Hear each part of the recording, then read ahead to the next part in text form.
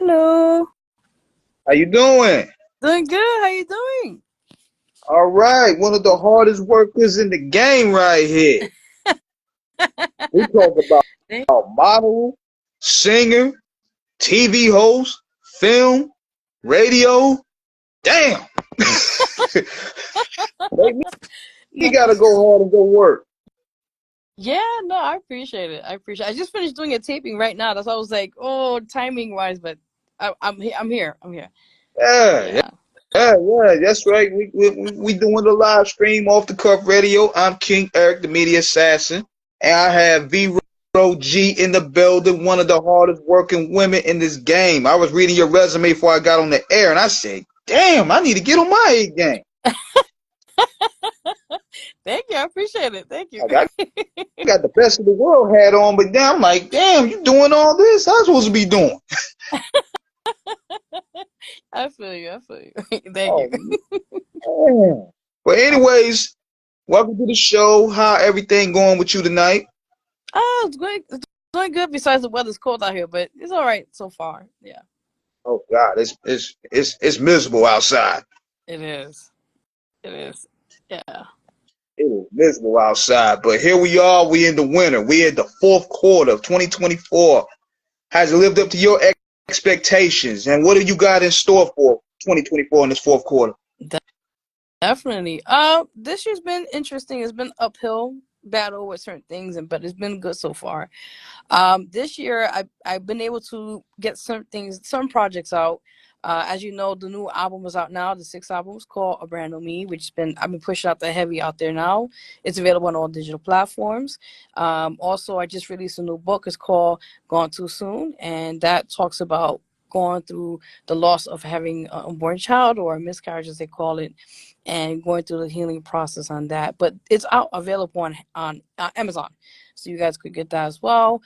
Prior to that, I got merchandise also from the album and the Brand New Me. So I got right now totes and T-shirts. If you guys interested, just let's make it happen. All right.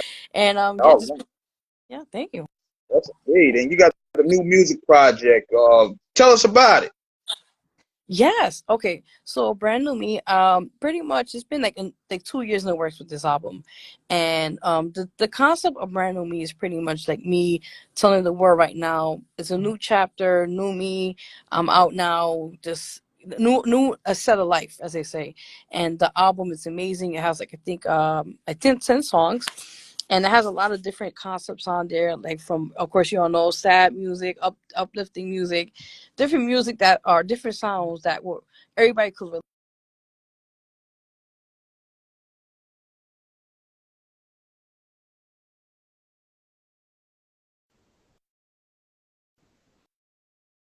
Now, how would this album stand out in comparisons to the other ones that you did? Yes. Okay. So with the other albums, they were like kind of like, as artists, as us artists, every artist have different kind of journeys in their past in the music industry or music career. And for mine, I think each album kind of resonates who I am for each journey I went encountered with. So with this particular album, I feel like all the other projects are great, but I think this one really sets the stone of who Vero G is, how long she has come through, what all their situations have encountered, and I think this is like the stepping stone now, more greatness to come for Vero G. And how has your base received it so far from what you've seen about it? Um, I got from the feedback I got from people, and I just seen the results from it so far. It's been amazing. People have just been giving me the positive feedback. They're loving the vibe to the album. They're loving the concept. They're loving the songs. They've been sharing it, promoting it. The streams are looking good, and I'm just honored to put out great content for you guys. And it was like two years in the works. So I said I want people to know this is the way to lead 2024, entering 2025. Now, putting that work and putting that out and that album work in though, right? Did the pandemic play a role in the process too? Because a lot of stuff got shut down when that happened. Yes, I remember that. No, no, it's mine. Sorry for that. No. So, okay. So when COVID happened, actually, I did release an album called Victory, and that during that time, I was able to write more. Actually, I had a studio luckily at the time that was open, and do my project there, so I was able to do that. So I'm very happy for that. But COVID did put a little setback for me a little bit, but it really gave me more of a time that we all were had to stay home and get situated, to look at myself a little more and reevaluate everything and just get ready to just put out more great content for you guys. Definitely. And now we're going to your background here. You came up in the Lower East Side of New York. Tell me what it's like growing up in that time period. Oh my God, yes. Now we're talking about the 90s. Yes, yes. So yeah, different time, different era. But yeah, around that time frame, I was a little girl growing up watching. The area has changed a bit since I've been there. But back then it had its good moments. We had like the community people uniting, doing different things out here. But the unfortunate part about the Lower East Side back then was the drug situation, where it was very drug infested. It was a lot of crime back then there. It's not as bad as it was before, but it has lessened, but it's still, it's still what it is. But overall, I think, I gained a lot from watching that as a kid and seeing that in my environment, and realizing now, not as an adult, but back then as a kid, like, yeah, I'll stay home and I'm gonna just do what I gotta do. Right. Yeah. Because it was very active outside around that time period. Yes. Oh yeah, there was a lot of cops out there back then. It was crazy. It was very active. And on top of that, there was nothing, no social media to broadcast a lot of the stuff. We had to see the activity in real time. Facts. Yep, it's true. Yeah. Yeah. That's what made it fun in a way, because not everything was meant for the camera. Very true. That's what Very made true. it fun. But now you go into that stage, and now you transition to wanting to do music. What was that moment in your life where you was like, man, I want to do music? Yeah. I would say from the early age of 7 years old, I just, how everybody say they have a calling in life, right? And at that age, it was a pivotal moment in my life, and I realized it was just something that came to me and said, "This is something that I'm gonna have to work on as a craft and work with it, and it's gonna get done." And I was able to, be able, my junior high school 22 school choir. I worked there for a little while in the 8th grade. My other peers, and get the experience. It was really great because we competed with other students and other schools, and I did receive from that. We won our first prize, actually, trophy from competing with other choirs, and just to see the love we got, and it was something I was like, yeah, I'm on the right path. So it was great. It was great. Yeah. And then how did you come up with your name, Vero G? Okay, so this one is very simple. A lot of people are like, what? Okay, so so my government name, right, is Veronica Gonzalez.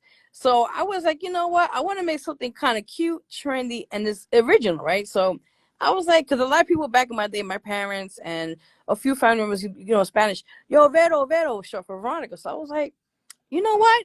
I'll go with the Vero because short for Veronica, and G my last name. So I was like, it kind of catchy and it's short. So I was like, I rock with it ever since then. Right, right. So now you find your stage, you got your stage name, you developed a new form of craftsmanship, and you trying to go to another level with it. What was your first ever stage show like? Oh my goodness. Um, this is like way back now, way back. I would say Right. prior to okay, so prior to the choir experience, it was nice 'cause it was like other people. But my first solo performance, I never forget. It was at the New Yorkers Poets Cafe, and I was nervous as you could be. And I remember I performed. It was no music at the time. It was just straight a cappella, and I did the song "Summertime," the original jazz version of it, and I sang my heart out. And let me tell you, after I performed, people was quiet; they were listening. After I performed, they just a round of applause, and it felt so great because I was nervous, and just to see the amount of people that just it was like, "Yo, that's awesome, yo," and I was like, "Damn, that's pretty cool. I like this feeling." It was good. It was good. Yeah. Yeah, it's like that feeling that it's like an adrenaline rush. It's Yeah. kind of like when you're going into a new craftsmanship, you get nervous at first, but once you hit the stage, it all comes out. So true. The nerves go away. Uh, all the nerves go away, and you're just thinking of all the things that you're trying to build from there. So true. So true. So now we going on. Now, what were kind of some of the challenges that you faced getting into this game? Oh my God, the list goes on. Um, I think overall there were certain things I did face, which some one of the two things I would say the most um was because I'm a woman of my stature. I'm a woman where I'm a curvy woman, and I have faced discrimination with body image. And going through the beginning phases of my musical career to now, there are still a lot of backlash women who, hold themselves a certain way, and they can't control that. So I did face a couple of times with that, where I felt like, what, I'm not the one to be discriminated or be dealt with this problem. And how I handled it was, I said, excuse my French, fuck it. If Lizzo could, if she's a big girl, and back then she was, now she lost the weight, but back then she was able to do it, and she had that positivity. That's how I overcame that, because I said, end of the day, we're all God's image of how we look. And I feel like I'm not going to be here to be walking around this world and being judged by because of my weight instead of what I could bring to the table. So I had to face that. Another situation I faced during my musical career, situation, was that a lot of times people would like overlook you, or felt like, basically like the underdog. I was the underdog in the industry, right? And at that time, that's why I decided to do my own platforms. I said, excuse my French, fuck this shit. They're not gonna give me opportunities. They're not gonna book me for whatever reasons. No problem. I'm gonna open my own platforms and help people out there, just like myself. Yeah. What were some of the challenges doing this thing independently? Yes. I would say it's the funding.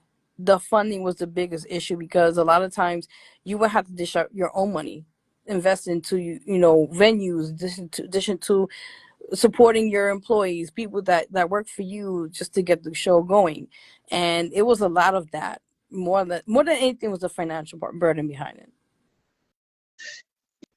Yeah, that's people don't understand. When you doing an independent operation, you're doing the back end and the front end, So true. So true. Yeah. Yeah. and then keeping people happy and then moving. You're going against corporations. You're going against corporations. You're going against the changing of the market. It's so many challenges.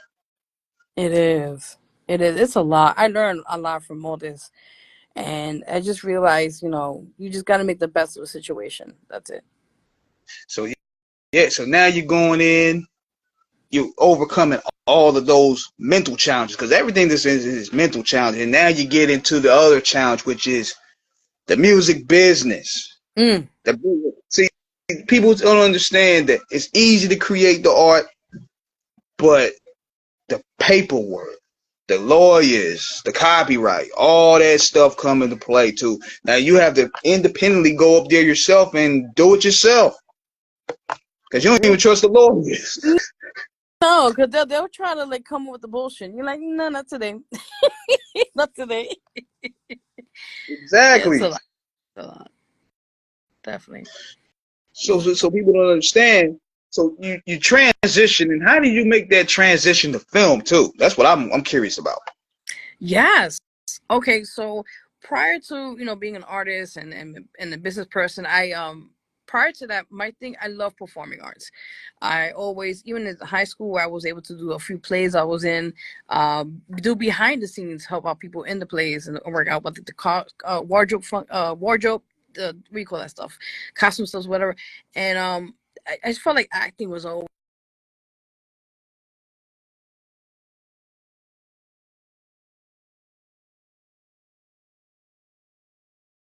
just love it. And we were able to actually, from myself and my business partner, Jampire Media, and also Gemini Stacks Productions, we were able to do a few short films we were able to put out, and we actually submitted to a few film festivals. And some got we received some awards from it, and some were, at least seen, let's put it that way. So It was great. It was great, and I think just filming. I love directing as well. I direct a few other short films, and to help out any way possible to make the film and the content what it is to get the people to watch it and just to see what it's about. And it was just great. Yeah.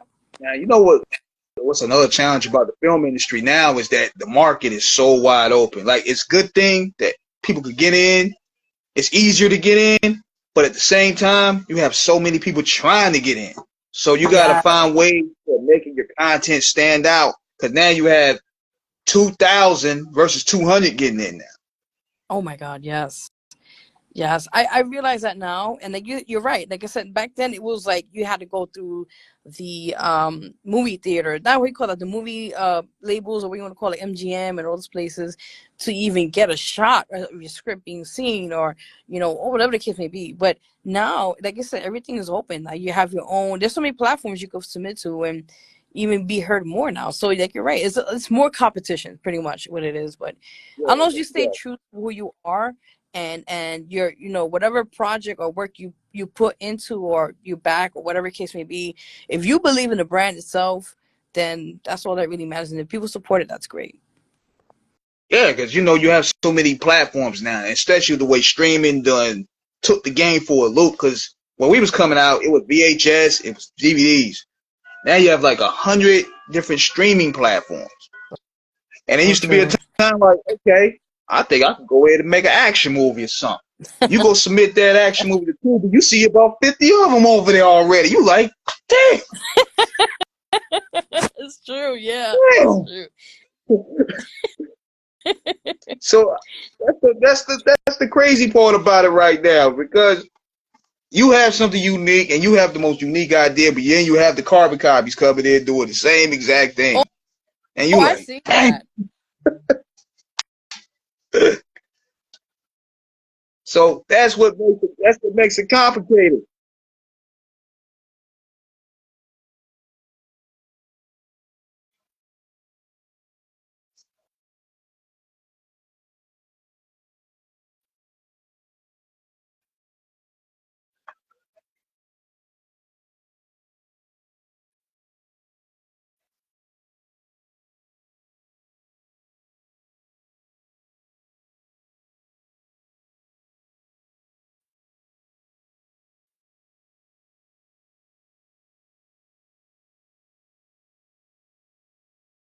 Yeah.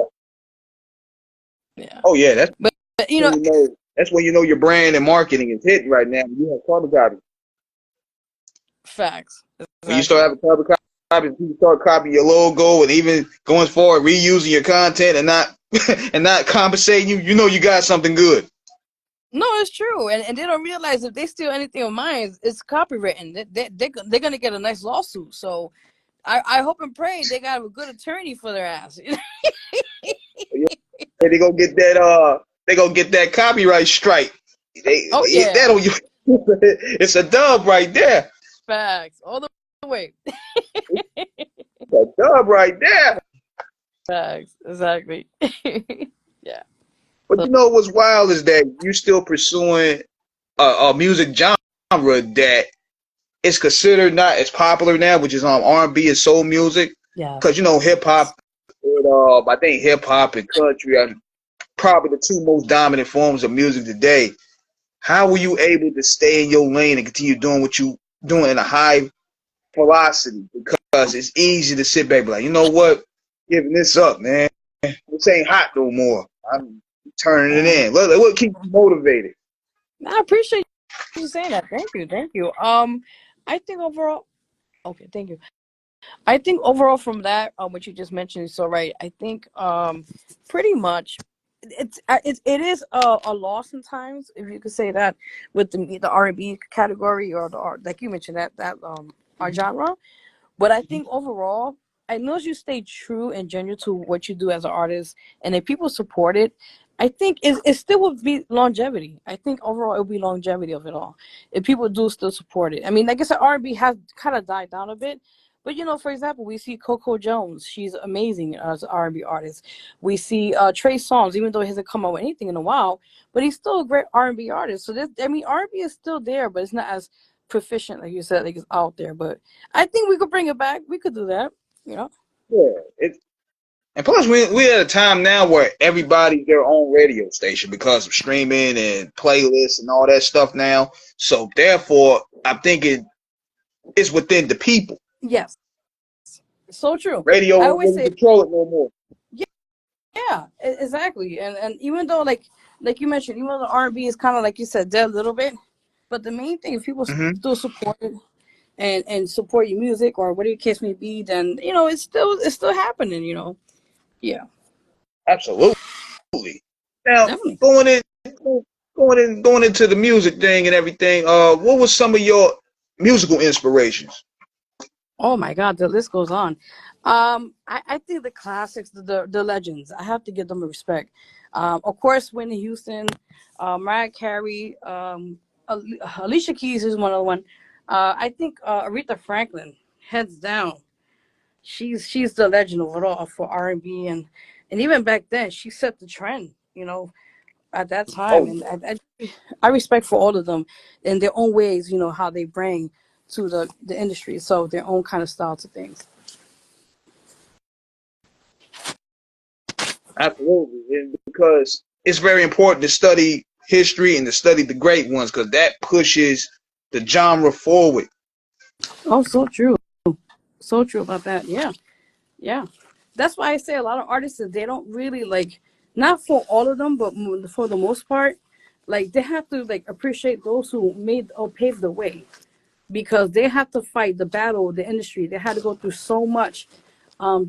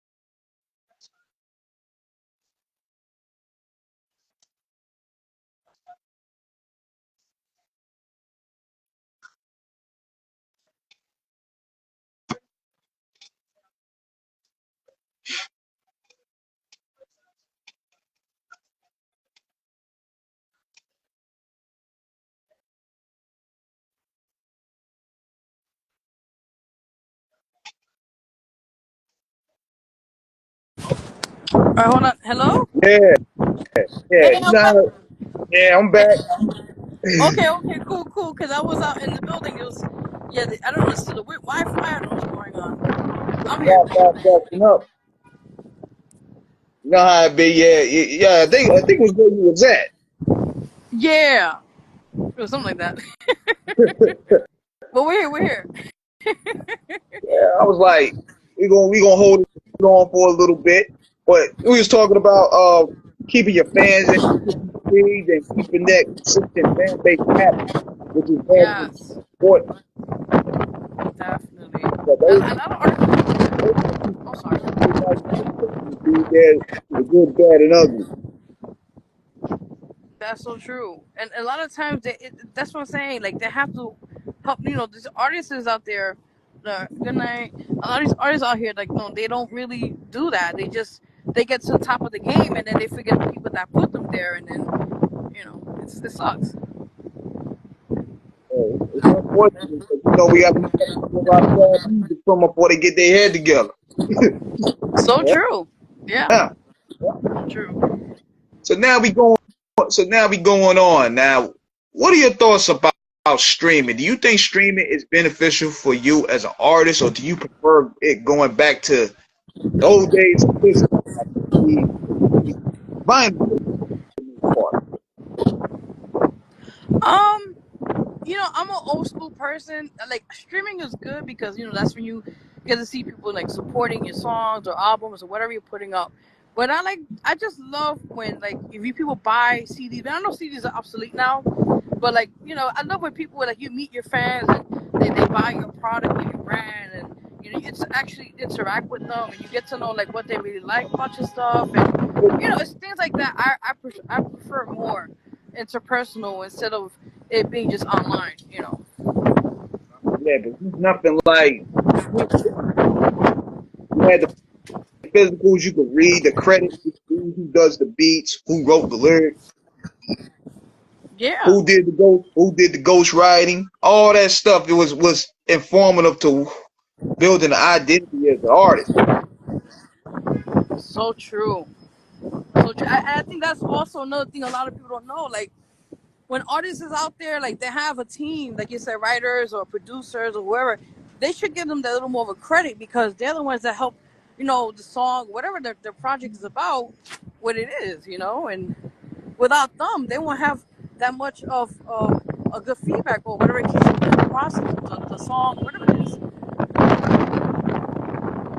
Really. Because everybody need to be credited like you. It ain't just you. You just a star.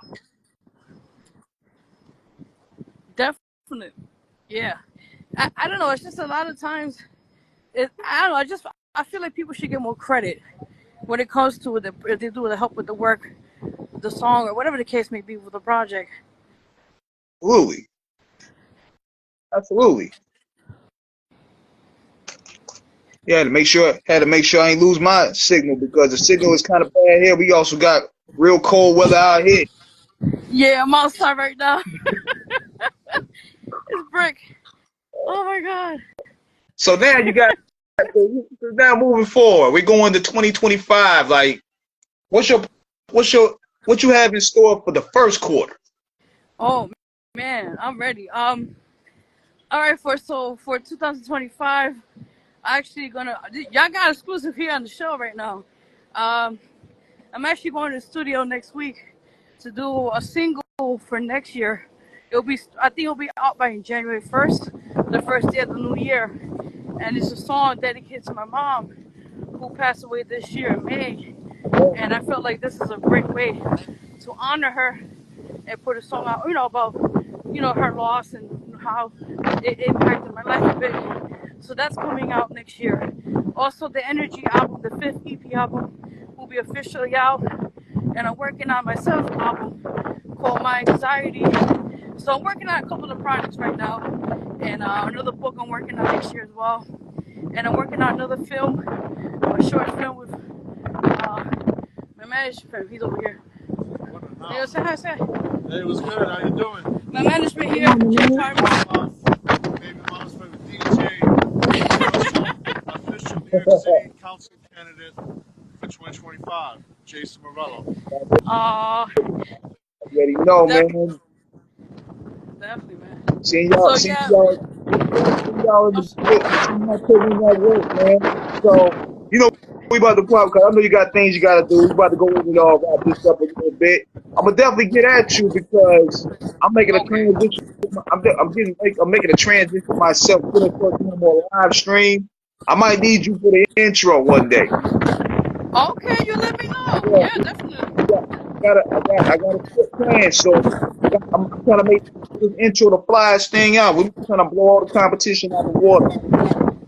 Oh, that's awesome. Okay. Yeah, we're gonna start doing more like live stream because usually we do our shows through the phone, we record our interviews, but we're gonna start also making the live transition. So I'm getting that intro together. I need everything needs an intro, everything needs a trailer. Oh, that's official. Okay, So I'm coming definitely. up, I'm cooking up something real simple on the lab. Oh shoot, sounds good. Sounds good. I'm ready for that one. So I'm gonna definitely hit you up later on, if not tomorrow, about that, and we're gonna go from there. Oh, okay, I'm down. I'm excited.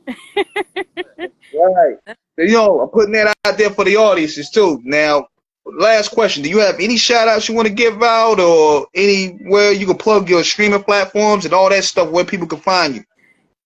Yes, definitely. All right, so you guys, just real quick shout outs, of course. Shout out to the man who just ran out, said hi real quickly. Jam Prime Media. Shout out to all the amazing fans, supporters, yourself, everyone out there who's been just rocking with me for a while. Also, you know, my song, the album, A Brand New Me is out now, guys. Is on all digital platforms. Go check that out. It's really worth the listen to, at least to support if you guys can. And yeah, like I said, I'm working on more projects for you guys next year, 2025. I just can't wait. And you guys can follow me on the gram at official Vero G. You want to check out any other projects I'm working on. Oh, also want to add quickly, we're doing a toy drive next Sunday on December 15th in Manhattan, downtown Lower East Side. If you guys want to help out, donate, or you want to bring a toy, it's free entry. You're more than welcome to come and support, help us out. And this is for the kids in the community and families. And this is the second annual we're doing it. So we want to make sure the kids, you know, feel great at home and be appreciative and just know that people do care genuinely. Most definitely. I definitely appreciate you taking the time to join us. You're welcome. We had a little Anytime. technical difficulty. We had the technical difficulties workable. Damn it, we made it work. We got it done. We got it Got done. it done. We got it done already, man. So yeah, I'm gonna definitely check it out. We're gonna be staying in tune with you. We definitely got a lot of work we're gonna be putting in. So letting everybody know that's tuned in. We're gonna have this interview on the YouTube channel. It's gonna be on other streaming platforms. So let's get it. 2025. You already know. I'm ready. All right. You take care, love. You too. Thank you so much. All right. Y'all take it easy. Thank you too, man. Bye.